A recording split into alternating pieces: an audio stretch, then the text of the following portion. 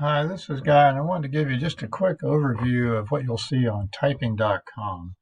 So this shows the screen after I've logged in, and you see on here my score is level as a beginner, and I haven't really completed any of these typing training tools, but I clicked on lessons, so that's where I am. Is these lessons help you learn to type better?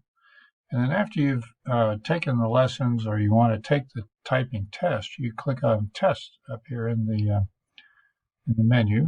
So click on test, and so you go to the test options here, and so you have a 1 minute test, a 3, a 5 minute, or 1 or 2 or 3 page test. And so the first test, you click this button to take it, and it'll show you, how you did.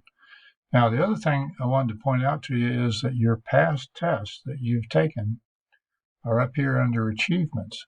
So in the menu, just click achievements, and that'll show you that your past tests, and you can click on those and see the certificates that you earned when you finished any of those. So just wanted to make sure you knew where all these things were on the typing.com website.